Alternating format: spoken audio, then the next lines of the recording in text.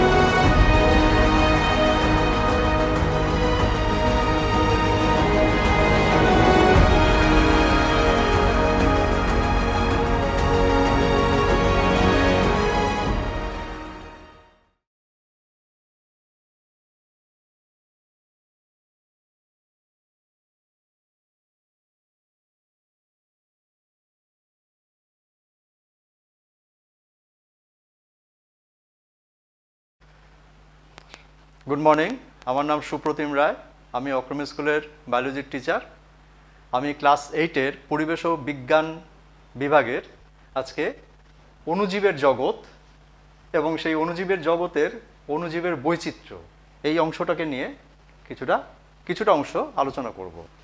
তো প্রথমেই আসা যাক যে অণুজীব বলতে কি বোঝায়।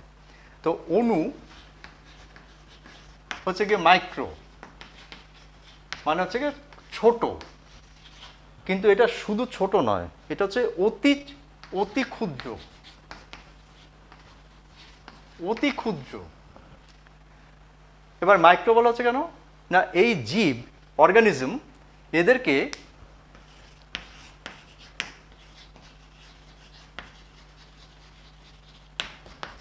মাইক্রোস্কোপ ছাড়া আমরা দেখতে পাবো না। কীরকম ব্যাপার, ঘটনাটা কীরকম না, ঘটনাটা হচ্ছে গিয়ে এই যে আমার হাত রয়েছে, হাতটা পরিষ্কার, আমরা কিছু দেখতে পাচ্ছি না, কিন্তু খুব ভালো করে যদি আমরা শুধু জল দিয়ে ধুয়ে সেই জলটাকে একটা পাত্রের মধ্যে রেখে দিলাম, এই যে টেবিলটা পরিষ্কার, এই টেবিলটাকে জল দিয়ে ধুয়ে একটা পাত্রের মধ্যে রাখলাম। রাস্তার পাশে যে গাছ রয়েছে সেই গাছের পাতা জল দিয়ে ধুয়ে একটা পাত্রে রাখলাম। আমরা বাড়িতে দই পাতি, দই পাতার সময় কি করি না, আগের একটুখানি দই দুধের মধ্যে, হালকা গরম দুধের মধ্যে মিশিয়ে দিয়ে রেখে দিই, পরের দিন দেখা যায় দুধটা দই হয়ে গেছে। কেন? এই যে কারণগুলো বললাম, তাছাড়া আরও প্রচুর রয়েছে। তো এই যে জিনিসগুলো বলছি, সেই জিনিসগুলোর মধ্যেই কিন্তু আমরা এই অণুজীবকে পাবো। বলছে কিভাবে না, এবার এইদেরকে মাইক্রোস্কোপ, অণুবীক্ষণ যন্ত্রের তলায় যদি আমরা দেখি, তাহলে সেখানে দেখা যাবে যে বিভিন্ন ধরনের সেখানে জীবাণু বা অণুজীব সেখানে চলছে, রয়েছে। তো এই অণুজীব যাদেরকে নিয়ে আমরা কাজ করছি, সেই অণুজীবকে নিয়ে আজকে আমরা আলোচনা করব। অর্থাৎ কত রকমের অণুজীব রয়েছে, তারা কীরকমভাবে থাকে, কোথায় থাকে। তো আমরা কয়েকটা সাধারণ উদাহরণ দিলাম। আমরা দেখেছি এই যে এখন বর্ষার সময়, গরমের সময় টেম্পারেচারটা যেই টেম্পারেচারটা রয়েছে, এই টেম্পারেচারে দেখা যাবে যে খাবার দাবার যদি আমরা ফ্রিজে না রাখি, ঠান্ডাতে যদি না রাখি, তাহলে পচে যায়। আমরা বলছি পচে যাচ্ছে। বিভিন্ন ধরনের ফল, শাকসবজি আমরা যদি ঠিকমতো তাদেরকে সংরক্ষণ না করি, পচে যাচ্ছে। এই পচে যাওয়ার কারণটা কি না, পচে যাওয়ার কারণ দুটো। একটা হচ্ছে গিয়ে সেই ফল বা সেই মাংস বা মাছ বা টাটকা বা শাকসবজি যে যারা রয়েছে, তাদের মধ্যে উৎসেচকগুলো এই গরমে অতিরিক্ত মাত্রায় ক্রিয়াশীল হয়ে একটা ঘটনা ঘটায়, তাদের ভেতরের যে কোষগুলো রয়েছে তাদেরকে পাচিত করে। দ্বিতীয়ত হচ্ছে গিয়ে এই অণুজীব, ব্যাকটেরিয়া, অ্যাক্টিনোমাইসিটিস প্রভৃতি বিভিন্ন ধরনের ছত্রাকও রয়েছে, তারা সেখানে কি করছে, সেইখান থেকে পুষ্টিদ্রব্য সংগ্রহের উদ্দেশ্যে তারা সেখানে গিয়ে বাসা বাঁধে না, ভুল বললাম, বাসা বাঁধে না, তারা সেখানে রয়েছে। আমরা যতই জল দিয়ে ভালো করে পরিষ্কার করি তারা সেখানে থেকে যাবে। এবার তারা সেখানে এই যে উপযুক্ত তাপমাত্রা, এটা হচ্ছে উপযুক্ত তাপমাত্রা তাদের জন্য, আর্দ্র, ময়েশ্চার রয়েছে প্রচুর পরিমাণে, হিউমিডিটি রয়েছে প্রচুর পরিমাণে, এবং কি না গরম, এটা হচ্ছে তাদের জন্য আদর্শ একটা পরিবেশ। এই আদর্শ পরিবেশে তারা কি করছে, সেখান থেকে পুষ্টি, তাদের পুষ্টির জন্য তাদের এই সমস্ত শাকসবজি, ফলমূল, মাছ, মাংস এদেরকে আক্রমণ করছে, সোজা কথা তাদেরকে খাচ্ছে। এবং সেই খাদ্য গ্রহণের পদ্ধতিটাই হচ্ছে গিয়ে পচন। এই অণুজীব পৃথিবীতে যদি না থাকতো, আমরা বলছি যে তাহলে আমাদের যে খাদ্যদ্রব্য নষ্ট করে দিচ্ছে, তাহলে অণুজীব ভীষণ ক্ষতিকর। হ্যাঁ, ক্ষতিকর, তারা বিভিন্ন ধরনের রোগও সৃষ্টি করছে, তাদের সম্পর্কে আমরা পরে আলোচনা করব। কিন্তু পৃথিবীর মধ্যে সমস্ত জীবভরের 60% এই অণুজীব রয়েছে। কিভাবে? আমরা তাদেরকে তো দেখতে পাচ্ছি না সেইভাবে। এবং এই অণুজীব যদি না থাকতো, আজকে পৃথিবীতে যত, ধরা যাক একটা গাছ ঝড়ে পড়ে গেল, বা বিভিন্ন ধরনের গাছ পড়ে যাচ্ছে, বন জঙ্গল ধ্বংস হচ্ছে, পশু পাখি মারা যাচ্ছে, আলটিমেটলি তারপরে কি হচ্ছে, বিয়োজক বলে একটা কথা রয়েছে বাস্তুতন্ত্রের মধ্যে। এই বিয়োজকের ভূমিকাই হচ্ছে গিয়ে অণুজীবেরা গ্রহণ করে। তারা তাদেরকে গ্রহণ করে করে করে করে তাদেরকে মৌলিক উপাদানে বিশ্লিষ্ট করে আবার পরিবেশে ফিরিয়ে দেয়। মৌলিক উপাদান মানে আমাদের এই দেহটাকে যদি আমরা বিশ্লেষণ করি, ক্রমাগত বিশ্লেষণ করতে করতে করতে করতে আমরা মাইক্রো মলিকুলসকে পাবো, অণু পাবো। অণু, এই অণুর মধ্যে carbon, hydrogen, oxygen, nitrogen, sulphur, phosphorus, calcium, magnesium এইগুলো থাকবে।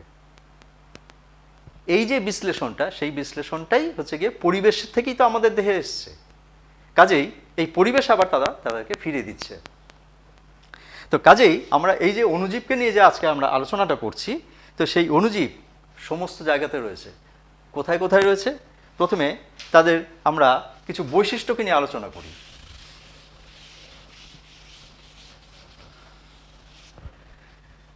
তো বৈশিষ্ট্য হচ্ছে গিয়ে, প্রথমেই হচ্ছে গিয়ে এদের সব জায়গাতেই পাওয়া যাবে, পৃথিবীর সব জায়গাতে।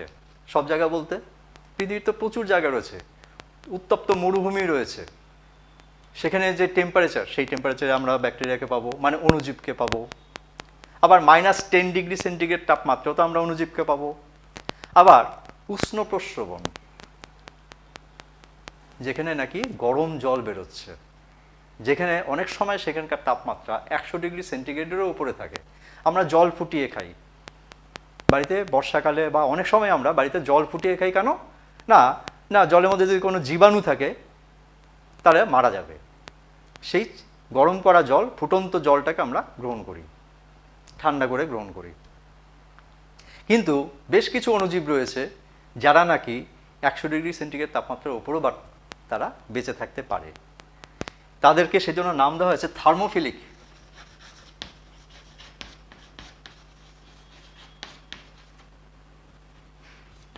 থার্মোফিলিক, থার্মো মানে হচ্ছে গিয়ে উষ্ণ, ফিলিক মানে হচ্ছে গিয়ে লাভিং, মানে ভালোবাসে, মানে উষ্ণতাকে ভালোবাসে। যে সমস্ত অণুজীব, ব্যাকটেরিয়া রয়েছে, বেশ কিছু ব্যাকটেরিয়া রয়েছে যারা এই উষ্ণ প্রস্রবণে থাকে, তাদেরকে বলা হচ্ছে থার্মোফিলিক। তো এই থার্মোফিলিক ব্যাকটেরিয়ারা তারা কি হচ্ছে না, উষ্ণ প্রস্রবণের মধ্যে থাকছে। গরম মরুভূমি বলো, বরফের স্তূপের মধ্যে বলো, নোনা জল, সল্ট ওয়াটার। সাধারণভাবে আমরা বলি যে নুনের মধ্যে ব্যাকটেরিয়া বা অণুজীব বেঁচে থাকতে পারে না, মারা যায়। আমরা আচার বা বিভিন্ন ধরনের পিকলস তৈরি করার সময় সেখানে প্রচুর পরিমাণে নুন দিই, সেই নুনের মধ্যে অণুজীব পড়লে মারা যায়। অণুজীব পড়ছে কিন্তু তারা মারা যাচ্ছে। কিন্তু বেশ কিছু অণুজীব রয়েছে যারা এই নোনা জলের মধ্যেই বসবাস করছে। তো আমাদের যে ইন্টেস্টাইন, মানে আমাদের যে ক্ষুদ্রান্ত্র বা খাদ্যনালী, এই খাদ্যনালীর মধ্যেও সেখানে অণুজীব রয়েছে। এসচেরিচিয়া কোলাই বলে, ইকোলাই বলা হয়, এটা রয়েছে। উইপোকা শুকনো কাঠ খায়। উইপোকার এই পৌষ্টিকতন্ত্রের মধ্যে একটা ব্যাকটেরিয়া বসবাস করে। সে ওই যে কাঠটাকে খাচ্ছে, সেই কাঠটাকে পাচন করে উইপোকা পুষ্টি দিতে সাহায্য করছে। তো এইভাবে আমরা দেখব যে অণুজীব বিভিন্ন জায়গাতে, পৃথিবীর যত রকমের ভৌগোলিক পরিবেশ রয়েছে, বিভিন্ন পরিবেশের মধ্যে সেই অণুজীব বেঁচে থাকতে পারে। বেশিরভাগ অণুজীবের ক্ষেত্রে বেঁচে থাকার জন্য অক্সিজেনের প্রয়োজন হয়। আবার এদের হচ্ছে অ্যারোবিক ব্যাকটেরিয়া বলা হয়, বা অ্যারোবিক মাইক্রো অর্গানিজমস, অর্থাৎ এরা অক্সিজেনে বেঁচে থাকতে পারবে। আবার বেশ কিছু অণুজীব রয়েছে যারা অক্সিজেনের সংস্পর্শে আসলে মারা যায়। খুব ভালো করে খেয়াল করে দেখবে যে আমাদের প্রতিদিন জীবনযাত্রার মধ্যে আমাদের বিভিন্নভাবে হাত পা কেটে যায়। বিশেষ করে রাস্তাতে চলাফেরা করাকালীন আমাদের হাত কেটে গেল, বা মরচে পড়া লোহাতে বা পুরনো টিনে বা ছুরিতে কেটে গেল, সঙ্গে সঙ্গে বাড়ির লোকেরা বলে এই যা টিটেনাস ইঞ্জেকশন নিয়ে এসো। আমরা একটা টিটেনাস ইঞ্জেকশন নিয়ে আসি। তো কেন, কারণটা কি? মরচে রাস্ট, সেটা কি আমাদের শরীরের মধ্যে ক্ষতি করছে নাকি অন্য কিছু? রাস্ট বা মরচে হচ্ছে ফেরোসেফেরিক অক্সাইড, এর মধ্যে ক্লস্ট্রিডিয়াম টিটানি বলে একটা ব্যাকটেরিয়া বসবাস করে। ক্লস্ট্রিডিয়াম টিটানি, এই ক্লস্ট্রিডিয়াম টিটানি ব্যাকটেরিয়া মরচের মধ্যেই বসবাস করে বা নোংরা স্থানে বসবাস করে। সেই জন্য সেখানে কেটে গেলে তারা আমাদের শরীরে প্রবেশ করবে এবং টিটেনাস বা ধনুষ্টঙ্কার রোগটা সৃষ্টি করবে। সেইটা যাতে করতে না পারে সেই জন্য আমরা টিটেনাস ইঞ্জেকশনটা নিই তাদেরকে মেরে ফেলার জন্য।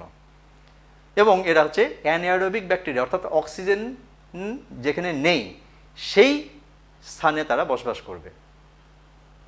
এটা হলো এক ধরনের। তাহলে দেখলাম যে দুই ধরনের আমরা পাচ্ছি, একটা হচ্ছে অক্সিজেন যুক্ত স্থানে বসবাস করবে, একটা হচ্ছে অক্সিজেন বিহীন, যেখানে অক্সিজেন থাকবে না, তারা অক্সিজেনের সংস্পর্শে আসলে সঙ্গে সঙ্গে মারা যাবে।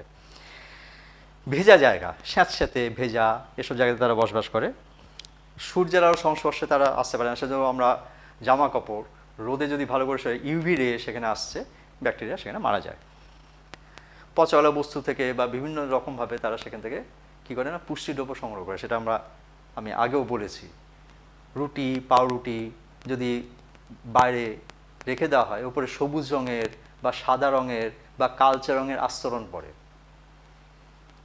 এই সবুজ, সাদা বা কালচে রঙের আস্তরণগুলো অণুজীব, এক ধরনের ছত্রাক।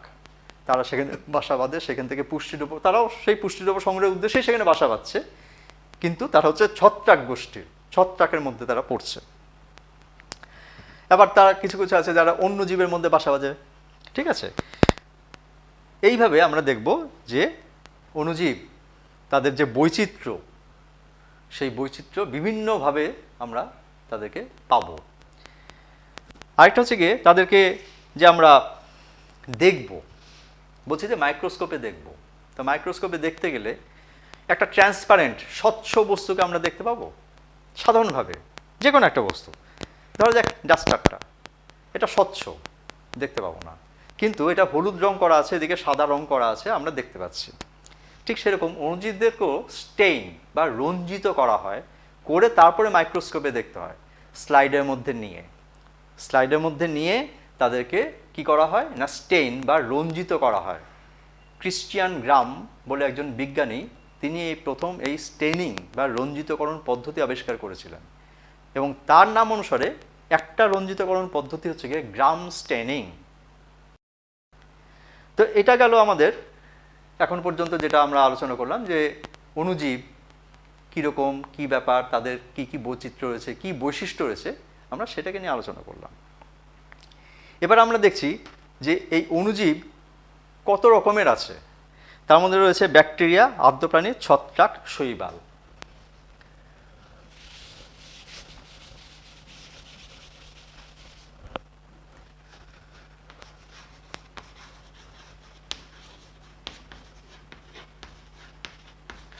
ব্যাকটেরিয়া,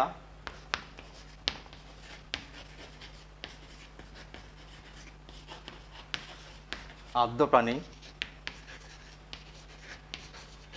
ছত্রাক শৈবাল। তো এবার আমি এদেরকে নিয়ে একে একে আলোচনা করছি।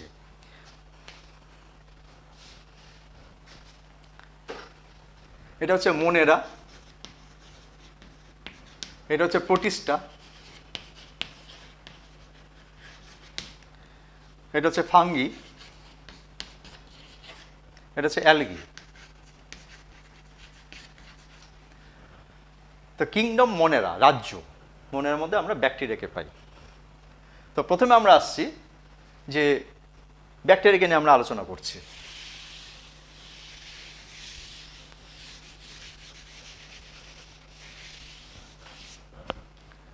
তো ব্যাকটেরিয়া সম্পর্কে আমাদের একটা ধারণা রয়েছে। তো সাধারণভাবে জীবাণু বলতে কিন্তু আমরা ব্যাকটেরিয়াকেই বুঝি। জীবাণু বলতে আমরা ব্যাকটেরিয়াকেই বুঝি। তাহলে বাদবাকি যে জিনিসগুলো আমি লিখলাম, আদ্যপ্রাণী, ফাঙ্গি মানে ছত্রাক এবং শৈবাল, তাদেরকে কেন তাহলে অণুজীবের মধ্যে আনা হলো না? তারাও ক্ষুদ্রাতি ক্ষুদ্র হয় সেই জন্য, অর্থাৎ তারাও অণুজীবের মধ্যেই পড়ছে। তো ব্যাকটেরিয়া প্রথমে আসা যাক। তো ব্যাকটেরিয়া কোষীয় জীব এবং তাদের মধ্যে সবচেয়ে ছোট, এবং কোষের যে গঠনটা তাদের মধ্যে সবচেয়ে সরল। এটাকে বলছে প্রোক্যারিওট, প্রোক্যারিওটিক বা প্রোক্যারিওটস। প্রো মানে আদি, আর ক্যারিয়ন মানে হচ্ছে নিউক্লিয়াস।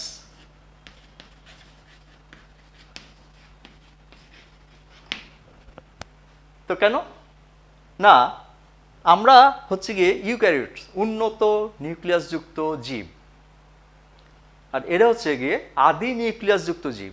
আদি নিউক্লিয়াস আর উন্নত নিউক্লিয়াস মানেটা কি না, প্রথমে উন্নত নিউক্লিয়াসটা বলি না। এটা হচ্ছে নিউক্লিয়াস, নিউক্লিয়াসের মধ্যে নিউক্লিওলাস থাকবে, নিউক্লিয় জালিকা থাকবে, নিউক্লিয় রস থাকবে এবং নিউক্লিয় পর্দা থাকবে। আর এই যে কোষটা যেটা থাকবে, সেই কোষের মধ্যে পর্দা ঘেরা কোষাঙ্গন থাকবে, মাইটোকন্ড্রিয়া, ক্লোরোপ্লাস্ট ইত্যাদি ইত্যাদি পর্দা ঘেরা কোষাঙ্গন থাকবে। এটা হচ্ছে উন্নত ইউক্যারিওটিক কোষ। অপরদিকে আদি নিউক্লিয়াসযুক্ত কোষের মধ্যে সেখানে এই পর্দা ঘেরা কোনো কোষাঙ্গন থাকবে না, রাইবোজোম ছাড়া। রাইবোজোম ওদের ক্ষেত্রে হচ্ছে গিয়ে 70S প্রকৃতির, আর উন্নতদের ক্ষেত্রে সেটা হচ্ছে গিয়ে 80S প্রকৃতির। তো সেখানে এই যে 70S প্রকৃতির রাইবোজোম, তারা একমাত্র পর্দাবিহীন। আর কি রয়েছে? আর কোনো কিছুই নাই। তাহলে কি থাকছে? তাহলে সেই নিউক্লিয়াসের মধ্যে কি থাকছে? এটা হচ্ছে একটা ব্যাকটেরিয়া কোষ ধরা যাক, দণ্ডাকার ব্যাকটেরিয়া। তো তার মধ্যে সেখানে ডিএনএ এবং পেশি কুণ্ডলীকৃত অবস্থায় থাকবে, ক্রোমোজোম থাকবে না। নিউক্লিয় জালিকা ক্রোমোজোমে রূপান্তরিত হয়, তাদের মধ্যে কোনো ক্রোমোজোম থাকবে না। এটা ডিএনএ কুণ্ডলীকৃত অবস্থায় থাকবে, আর তাছাড়া অন্য কোনো কোষ অঙ্গনও সেখানে থাকবে না। আর কি বৈশিষ্ট্য না,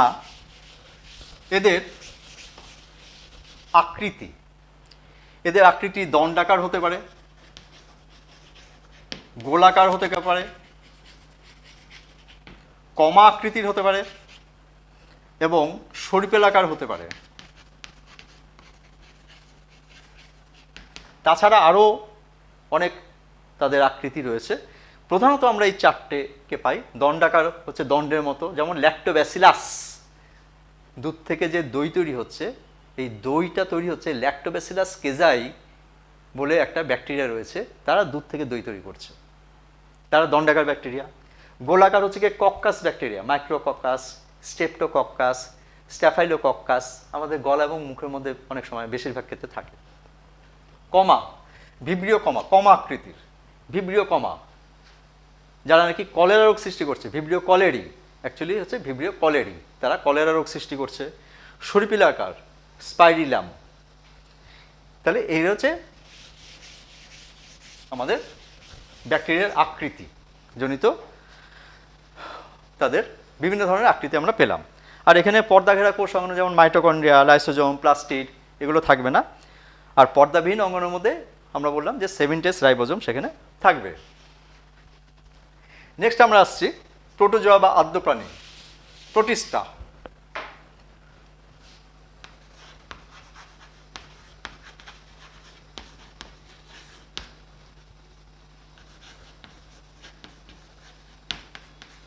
প্রোটিস্টা এরা সবাই এককোষী, এককোষী, প্রত্যেকেই এককোষী। আর কি না, যেমন ধরা যাক আমি একটা ছবি আঁকছি, আমরা অ্যামিবার নাম সবাই শুনেছি, এটা হচ্ছে তার ক্ষণপদ, ঠিক আছে, ক্ষণপদ। আবার প্যারামেসিয়াম রয়েছে, ঠিক আছে, প্যারামেসিয়াম হচ্ছে এই ধরনের, হ্যাঁ, সারা গায়ে তাদের সিলিয়া রয়েছে। আবার ইউগ্লিনা রয়েছে, ঠিক আছে, ইউগ্লিনার মধ্যে সেখানে রয়েছে ফ্ল্যাজেলা রয়েছে। তাহলে সিলিয়া, ফ্ল্যাজেলা, ক্ষণপদ, এটা হচ্ছে তাদের গমন অঙ্গ। একটা নিউক্লিয়াস থাকতে পারে, আবার একাধিক নিউক্লিয়াসও তাদের মধ্যে থাকতে পারে। গোলাকার, ডিম্বাকার, লম্বা, বিভিন্ন আকৃতি তারা হতে পারে। স্বাধীনভাবে থাকতে পারে বা মিলেমিশে একসাথে কলোনি ফর্ম করে অনেক সময় থাকতে পারে। পোষক কোষের মধ্যে অনেক সময় তারা থাকে, বিভিন্ন ধরনের রোগ সৃষ্টি করে তারা।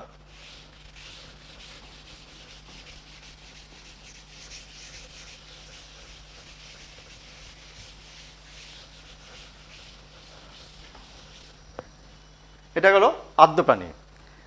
এবার আসছে আমরা ছত্রাক।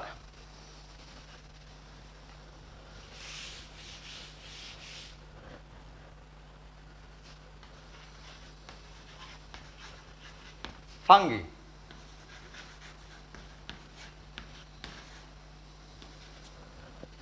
তো ছত্রাক বা ফাঙ্গি আমরা বিভিন্ন রকমভাবে তাদেরকে জেনে থাকি। যেটা প্রথম দিকে বললাম যে স্যাঁতস্যাঁতে ভিজে জায়গাতে যদি রুটি, পাউরুটি বা অন্য কোনো খাদ্যবস্তু, ফল, তাহলে সেখানে দেখা যাবে সবুজ রঙের আস্তরণ পড়েছে। কটনি লেয়ার, তুলোর মতো, সাদা তুলোর মতো হতে পারে, সবুজ রঙের হতে পারে, কালো রঙের হতে পারে। তো এই যে অংশগুলো, এগুলো হচ্ছে ছত্রাক। তো এদেরকে আমরা মাইক্রো অর্গানিজমের মধ্যে ফেলেছি কেন না, তাদেরকেও কিন্তু মাইক্রোস্কোপ ছাড়া আমরা তাদেরকে পরিষ্কারভাবে কোনো কিছু দেখতে পাবো না। তো আমরা মাশরুম কথাটার সাথে পরিচিত।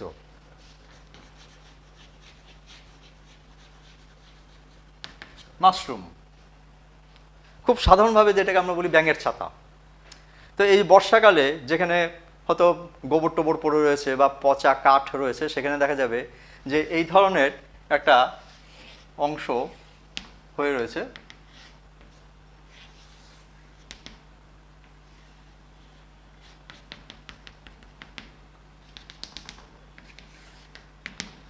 তো এটাকে খুব সাধারণভাবে কমন আমরা বলি ব্যাঙের ছাতা। তো ব্যাঙের ছাতা বলার যুক্তি অ্যাকচুয়ালি কোনো লজিক নাই। তো টোড মাশরুম বলা হয় কোনো কারণে, হয়তো সেটা কোনো একজন প্রাচীনকালে সেটা হয়তো সেই একটা প্রবাদ থেকে চলে এসছে, টোড মাশরুম। তো এইখানে এই মাশরুম এটাও কিন্তু ছত্রাক। আর পাউরুটি, জ্যাম, জেলি, ফল, শাকসবজির উপরে যে সাদা, সবুজ বা কালো রঙের যে আস্তরণ পড়ছে, অনেক সময় আমাদের জামা কাপড়ের মধ্যেও দেখবে কালো কালো স্পট পড়ে যায়, সেগুলো ছত্রাক। আমাদের এই বর্ষার সময় বা গরমের সময়তেই আমাদের শরীরের বিভিন্ন অংশে বিভিন্ন ধরনের স্কিন ডিজিজ হয়। তার একটা বেশিরভাগ কারণটাই হচ্ছে গিয়ে এই ছত্রাকের আক্রমণ। তো এই যে ফাঙ্গি এবং ছত্রাক, এরা কি হচ্ছে না, বিভিন্ন রকমভাবেই থাকে। তাদের মধ্যে হাইফি বলে একটা অংশ দেখতে পাওয়া যায়। হাইফি হচ্ছে গিয়ে সরু চুলের মতো, সুতোর মতো বা অংশ পেঁচানো, সিঙ্গেল মানে একটা। আর এরা যখন পেঁচিয়ে কুণ্ডলীকৃত হয়ে একটা সংগঠন তৈরি করবে, তখন সেটাকে আমরা বলবো মাইসেলিয়াম।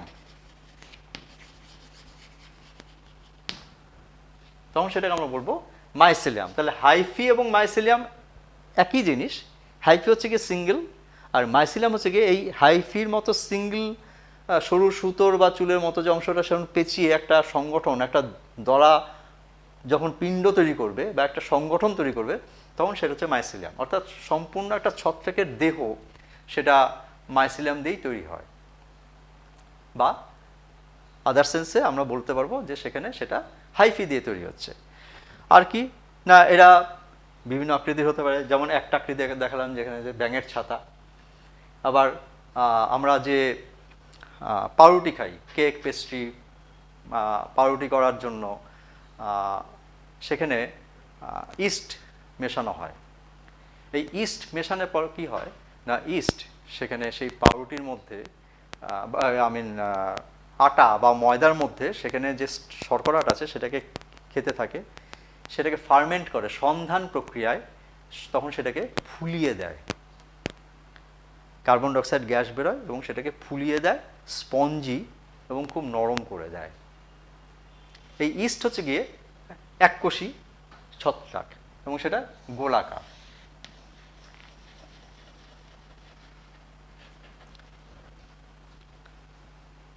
ঠিক আছে, এবং এই ইস্ট ফার্মেন্টেশন বা সন্ধান প্রক্রিয়াতে বহু খাদ্যদ্রব্য তৈরি করে। সরু সুতোর মতো অংশ থাকতে পারে, হাইফি বললাম, মাইসিলিয়াম বললাম।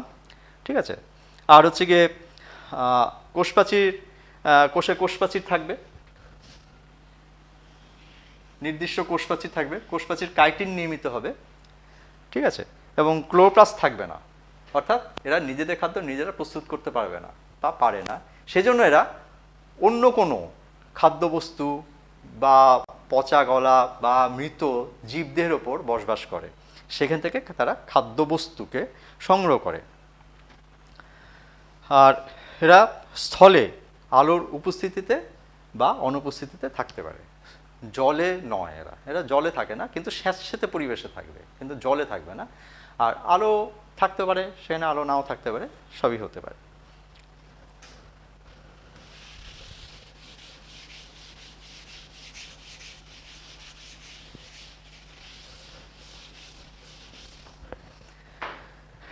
এরপরে আমরা আসছি শৈবাল, অ্যালগি। তো শৈবাল বা অ্যালগি, সোজা কথায় আমরা যেটাকে বলি শ্যাওলা, খুব সাধারণভাবে আমরা বলে থাকি শ্যাওলা। তো শ্যাওলা জিনিসটার সাথে আমরা কিন্তু পরিচিত। গ্রামে গঞ্জে বা গ্রামের দিকে বা বিভিন্ন জায়গাতে যে পুকুরগুলো থাকে, পুকুরগুলোর উপরে সবুজ রঙের একটা আস্তরণ পড়ে থাকে, সেটা হচ্ছে শৈবালের আস্তরণ। ওখানে এক ধরনের শৈবাল থাকে। আবার নদীর মধ্যে, যেখানে নদীর পাড়ের দিকে, সেখানে আবার এক ধরনের শৈবাল থাকে। শৈবাল পুকুরে থাকতে পারে, নদীতে থাকতে পারে, হ্রদে থাকতে পারে, মিষ্টি জলে থাকতে পারে, নোনা জলে থাকতে পারে। নোনা জলে সেখানে বাদামি বর্ণের শৈবাল এবং লোহিত শৈবাল তারা বসবাস করে। যারা আমাদের দক্ষিণ ভারত ভ্রমণে অনেকেই যদি গিয়ে থাকো, তারা দেখবে যে সেখানে সমুদ্রের জলের মধ্যে লম্বা লম্বা দড়ির মতো সেখানে শৈবাল রয়েছে, শ্যাওলা, সেগুলো শ্যাওলা। এবং তাদেরকে দেখলে মনে হবে না যে তারা বলছে যে মাইক্রোস্কোপিক অণুবীক্ষণ যন্ত্রে দেখতে হবে, তা না, তাদেরকে খালি চোখেই দেখা যাচ্ছে, কিন্তু তাদের কিছু সংগঠন রয়েছে যাদেরকে আমরা মাইক্রোস্কোপে দেখব বা দেখা যাবে। আর শৈবাল এবং ছত্রাক, এদের একটা সাধারণ বৈশিষ্ট্য হচ্ছে গিয়ে এদের দেহ মূল, কাণ্ড, পাতা, ফুল, ফলে বিভেদিত নয়।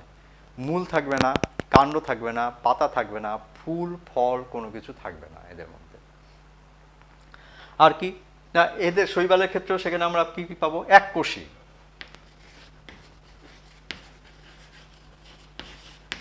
যেমন ক্ল্যামেডোমোনাস,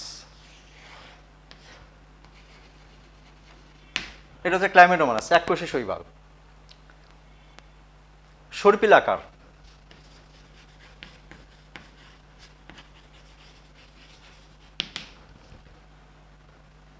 স্পাইরোগ্যাডা,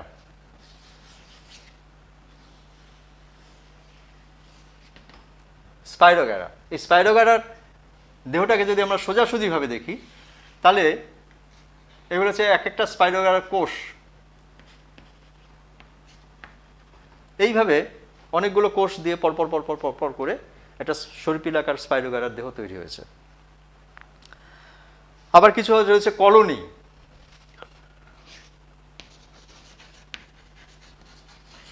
কলোনি তৈরি করছে। এই কলোনি যে তৈরি করছে সেখানে এই ক্ল্যামিডোমোনাসের মতো প্রায় 500 থেকে 5000 কোষ একসাথে মিলে একটা গোল ফাঁপা বলের মতো সংগঠন তৈরি করে, যেমন ভলভক্স।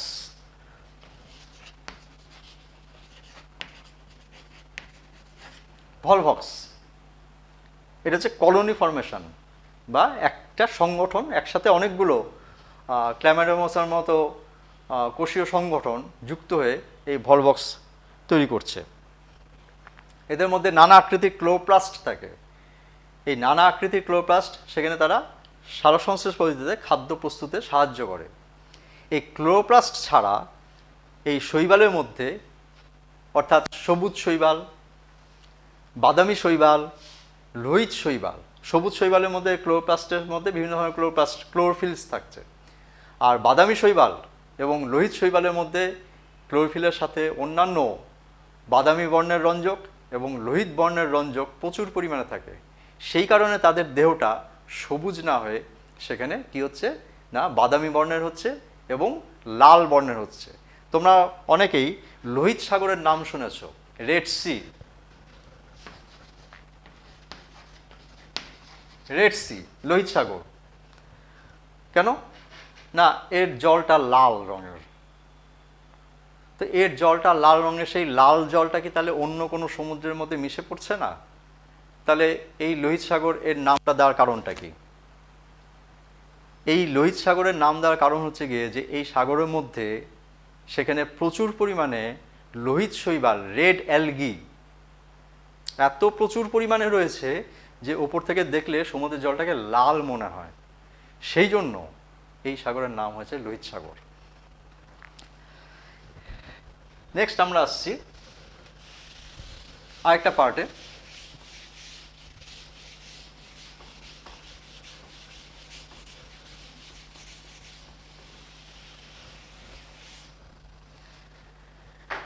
সেটা হচ্ছে ভাইরাস।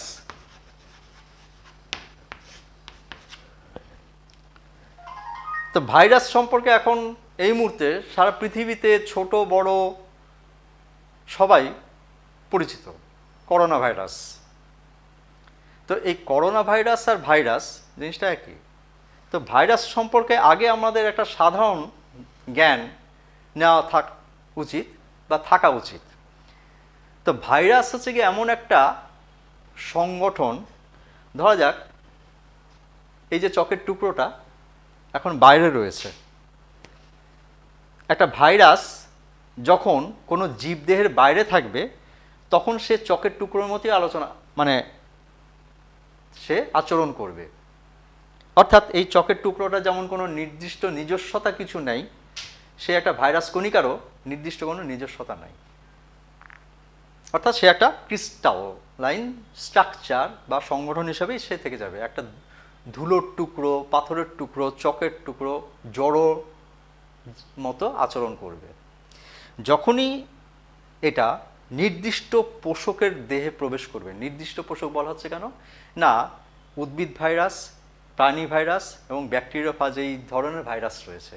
অর্থাৎ সেটা নির্দিষ্ট কিছু ভাইরাস রয়েছে যারা শুধুমাত্র উদ্ভিদকেই আক্রমণ করবে, তারা কিন্তু কোনোদিনই কখনো প্রাণীকে আক্রমণ করবে না। আবার কিছু ভাইরাস আছে তারা শুধুমাত্র প্রাণীদেরকেই আক্রমণ করবে, তারা কখনোই উদ্ভিদদেরকে আক্রমণ করবে না। আর কিছু ভাইরাস আছে যারা ব্যাকটেরিয়াকে আক্রমণ করবে, তাদেরকে বলা হচ্ছে ব্যাকটেরিওফাজ বা ফাজ ভাইরাস। তাহলে আমরা উদ্ভিদ, প্রাণী এবং ফাজ ভাইরাস জানলাম তাদের আক্রমণের স্থান হিসাবে বা প্রকৃতি হিসাবে। যেমন টোবাকো মোজাইক ভাইরাস, তামাক পাতা, শুধু তামাক পাতা, তামাক গাছের সম্পূর্ণ না, তামাক গাছের পাতাটাকে আক্রমণ করবে টোবাকো মোজাইক ভাইরাস। প্রাণী ভাইরাস যেমন ইনফ্লুয়েঞ্জা ভাইরাস। আমি প্রথমে করোনা ভাইরাসকে দিয়ে শুরু করেছিলাম, কারণ সারা পৃথিবীতে এখন এইটা সবচেয়ে বেশি আলোচিত জিনিস, যেই কারণে আমরা এখানে এসে অনলাইনে পড়াচ্ছি। তো এই করোনা ভাইরাস নামটা কেন হয়েছে? প্রথমে আমরা আসি ইনফ্লুয়েঞ্জা ভাইরাস। ইনফ্লুয়েঞ্জা একটা সাধারণ একটা রোগ, এবং এই ইনফ্লুয়েঞ্জা রোগের সাথে আমরা কম বেশি সবাই পরিচিত। অর্থাৎ আমাদের জ্বর হবে, জ্বর হলে পর সেখানে আমাদের গা হাত পা ব্যথা করবে, ম্যাজ ম্যাজ করবে, 7 দিন 5 দিন 7 দিন এরকম 8 দিন সেটা থাকবে, তারপর আস্তে আস্তে আস্তে আস্তে আবার সেটা ঠিক হয়ে যাবে। তো এই ইনফ্লুয়েঞ্জা ভাইরাসের গঠনের মধ্যে সেখানে আমরা কিন্তু পাবো এই ধরনের স্পাইক, সারা গায়ের মধ্যে স্পাইক থাকবে, অর্থাৎ একটা গোল বল, বাজারে এক ধরনের বল কিনতে পাওয়া যায়, কাঁটা কাঁটা কাঁটা কাঁটা বেরিয়ে থাকে। তো এই গোল বল তার চারিদিকে গায়ের মধ্যে সেখানে যে কাঁটার মতো বা স্পাইক যদি লাগিয়ে দেওয়া হয়, তাহলে যেই ধরনের গঠন হবে করোনা ভাইরাস এবং ইনফ্লুয়েঞ্জা ভাইরাসের গঠন অনেকটা সেই ধরনের। আমি খুব সহজ একটা উদাহরণ দিচ্ছি। কদম ফুল আমরা সবাই দেখেছি, এই বর্ষার সময় প্রচুর কদম ফুল হয়। কদম ফুলের ভেতরে গোল বল রয়েছে, সবুজ রঙের বল, আর সেই বলটাকে ঘিরে ওরকম কাটা কাটা কাটা কাটা ওই ফুলটা হয়ে রয়েছে। আমাদের এই ইনফ্লুয়েঞ্জা ভাইরাসের গঠন এবং সেখান থেকে করোনা ভাইরাসের গঠনটা এরকমই। কিন্তু এখানে আমরা ভাইরাসের যে সাধারণ গঠনটা নিয়ে আলোচনা করছি, সেটা যে ভাইরাসের নির্দিষ্ট কোনো আকৃতি বলতে এই ধরনের আকৃতি, যেমন ইনফ্লুয়েঞ্জা ভাইরাসের গঠন হচ্ছে গোল। আবার ব্যাকটেরিওফাজ, সেই ফাজ ভাইরাসের গঠন হচ্ছে এই ধরনের।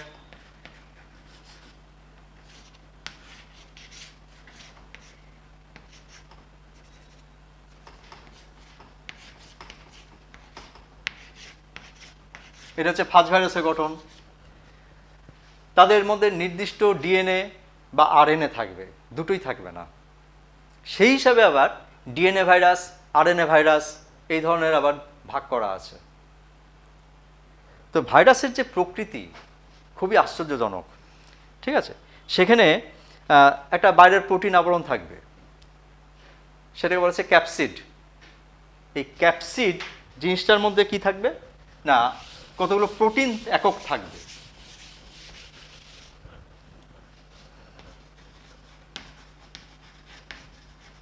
ক্যাপসিড এটা হচ্ছে আবরক, খোলক। এটা তৈরি হয় কি দিয়ে, ক্যাপসোমিয়ার নামক অসংখ্য প্রোটিনের একক দিয়ে ওই খোলকটা তৈরি হয়। এরা যখন বললাম যে এটা ক্রিস্টাল, কোনো তার মধ্যে জীবের কোনো বৈশিষ্ট্য পাওয়া যাবে না, কিন্তু যখনই ও নির্দিষ্ট পোষক সম্পর্কে আগে বলা হয়েছে, উদ্ভিদ, প্রাণী এবং ব্যাকটেরিয়া, তাদের মধ্যে যখন প্রবেশ করবে তখন তার মধ্যে জীবের সত্তা প্রকাশ পাবে। জীবের সত্তা প্রকাশ পাবে বলতে কি বোঝাচ্ছে, তার মধ্যে ডিএনএ বা আরএনএ আমরা দেখতে পাবো, এই ধরনের ক্যাপসিড, ক্যাপসোমিয়ার এই খোলকগুলোকে দেখতে পাবো। তার মধ্যে বংশবৃদ্ধির প্রবণতা লক্ষ্য করা যাবে, অর্থাৎ খুব দ্রুত তারা বংশবৃদ্ধি করবে। আর কি না, এরা যে জীবের মধ্যে যে প্রবেশ করছে, আমরা বলেছি যে উদ্ভিদ, প্রাণী এবং ফাজ। শুধু তাই নয়, আমাদের এই বর্ষার সময় আমাদের চোখ লাল হয়ে যায়, আমরা বলি জয় বাংলা হয়েছে, কনজাংটিভাইটিস। এটার নাম হচ্ছে কনজাংটিভাইটিস, কনজাংটিভাইটিস।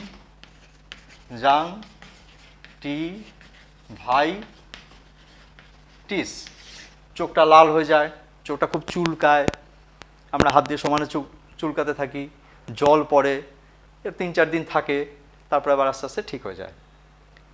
এই কনজাংটিভাইটিস এটাও একটা ভাইরাস ঘটিত রোগ। ভাইরাসটা আক্রমণ করছে আমাদের চোখের বাইরে যে স্বচ্ছ আবরণটা রয়েছে, শুধু সেই আবরণটাকেই সে আক্রমণ করবে, শরীরের অন্য কোনো জায়গায় নয়। অর্থাৎ আমার বক্তব্য হচ্ছে যে ভাইরাস যেমন প্রাণী, উদ্ভিদ এবং ব্যাকটেরিয়া স্পেসিফিক, নির্দিষ্ট, আবার সেই প্রাণীর কোন অঙ্গকে সে আক্রমণ করবে সেটাও নির্দিষ্ট। অর্থাৎ হোস্ট স্পেসিফিক, অর্থাৎ পোষক নির্দিষ্ট এবং অঙ্গ নির্দিষ্ট। যে ভাইরাসটা চোখকে আক্রমণ করছে সে শুধু চোখকেই করবে, কান, নাক, গলাকে নয়। আবার যে ভাইরাসটা অন্য কোনো অঙ্গকে আক্রমণ করছে সে আবার চোখকে আক্রমণ করবে না। ঠিক সেরকম উদ্ভিদের ক্ষেত্রে তাই, যেই ভাইরাসটা উদ্ভিদের পাতাকে আক্রমণ করছে সে পাতাটাই খাবে বা সেটাকেই আক্রমণ করবে। নির্দিষ্ট উদ্ভিদ, নির্দিষ্ট উদ্ভিদ বলতে টোবাকো মোজাইক ভাইরাস তামাক গাছকে আক্রমণ করবে, কাউলফ্লাওয়ার মোজাইক ভাইরাস ফুলকপিকে আক্রমণ করবে, পটাটো মোজাইক ভাইরাস আলুর গাছকে আক্রমণ করবে, নির্দিষ্ট অংশকে আবার। তো এইভাবে আজকে আমরা এই পর্যন্তই, অর্থাৎ ভাইরাস পর্যন্ত আমরা এখানে পড়লাম। এর পরের দিন আমরা এই জীবজগতের সাথে যে আন্তঃসম্পর্ক, আমাদের সম্পর্ক, ভালো মন্দ সবটাই আমরা এর পরের দিন আলোচনাটা করব। তো আজকে আমরা যেটা জানলাম সেটা হচ্ছে গিয়ে যে অণুজীবের জগৎ, অর্থাৎ অণুজীবের বৈশিষ্ট্য, তারা কোথায় থাকে, কিভাবে থাকে, কোন কোন তাপমাত্রাতে তারা বেঁচে থাকতে পারে, পৃথিবীর কোন কোন স্থানে তারা থাকতে পারে, তাদের আকৃতি কীরকম, কত রকমের তারা রয়েছে, প্রত্যেকটা প্রকারের, যেমন ব্যাকটেরিয়া, আদ্যপ্রাণী, শৈবাল, ছত্রাক, এদের প্রত্যেকের বৈশিষ্ট্য, তাদের আকৃতি, তাদের চরিত্র, এদের সম্পর্কে আমরা আলোচনা করলাম। সর্বশেষ আমরা আলোচনা করলাম ভাইরাসকে নিয়ে, ভাইরাসের বৈশিষ্ট্য, সে কোথায় থাকে, সে কিভাবে থাকে, কখন কিভাবে সে থাকে, বাইরে পোষকের বাইরে কীরকমভাবে থাকছে, পোষকের ভেতরে সে কীরকমভাবে থাকছে, এই সমস্ত জিনিসগুলোকে নিয়ে আমরা আলোচনা করলাম। এবং আজকের মতো আমি এখানে পড়ানো শেষ করছি। Thank you.